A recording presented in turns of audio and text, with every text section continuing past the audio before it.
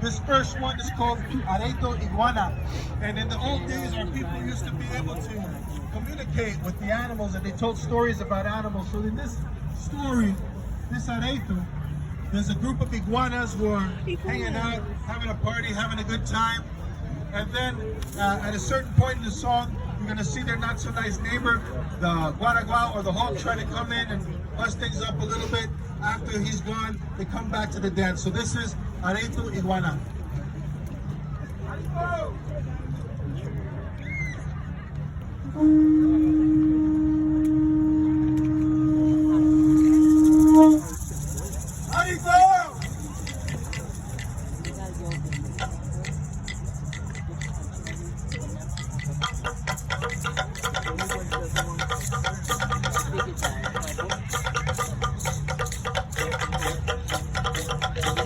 Now you can all clap along if you want. It's all about coming together.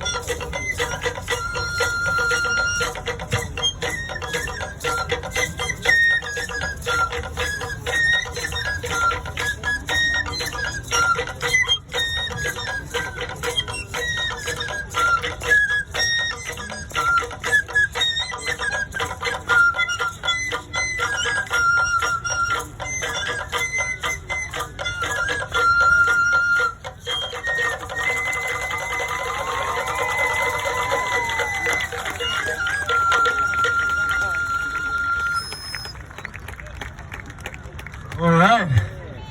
Did you like that one? All right, wonderful. We really enjoyed doing that for you. That was Areito Iguana. And just to explain a little bit about where we come from, for those who don't know, the Taino people were the very first people in the Western Hemisphere to be called Indians, right? Use that misnomer, because we were the ones that had that first encounter with Columbus 527 years ago. And you know, that's the beginning of indigenous resistance here in the hemisphere and even beyond, because that colonial mindset came in, you know, where people were trying to move us away from our connection to the earth and to the animals and to all of our areito, our sacred coming together, right, for a different ideal, you know, an ideal that came over after, really, from that side of Europe, after over 800 years of war.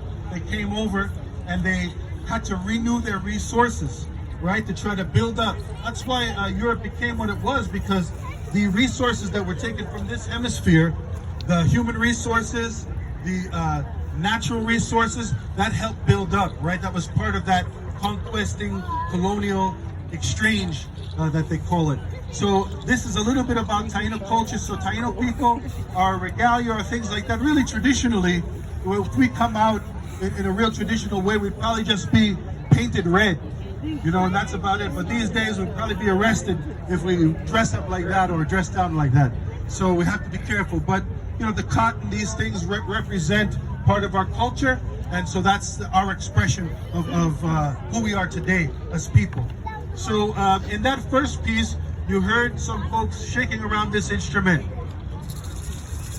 Anybody know the name of this one? What was it? Maraca. Maraca, right.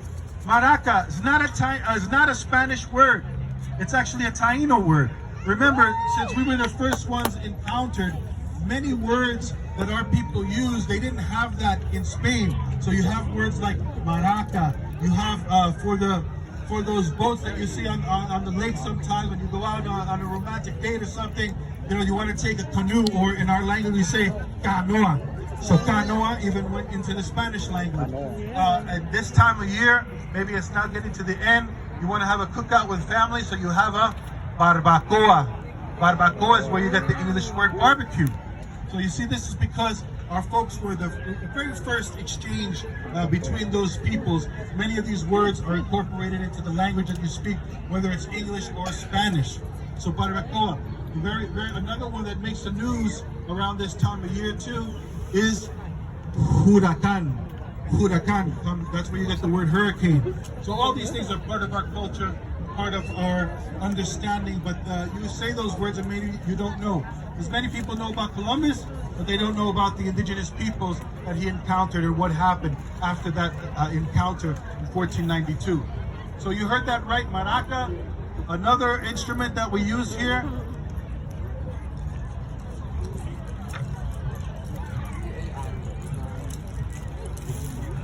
this one we call in our language Mayowacan. Can you say that? Mayowacan. Mayowacan, very good. So you see there's two notes there. So it's very similar to this little frog that we have.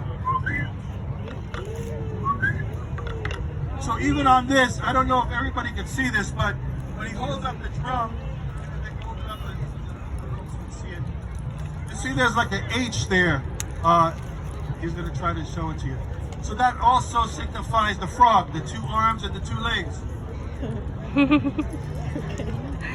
Sure. That's the Mayowacan. And if you turn it around, you can see that hole, how you get the resonance. It's really made in a very similar way that we would make the canoa.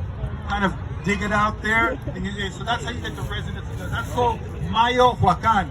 And we're going to use that in this next piece. We'll come back and introduce a few more instruments. But right now we're going to do a call and response piece for the Yucayeque, right?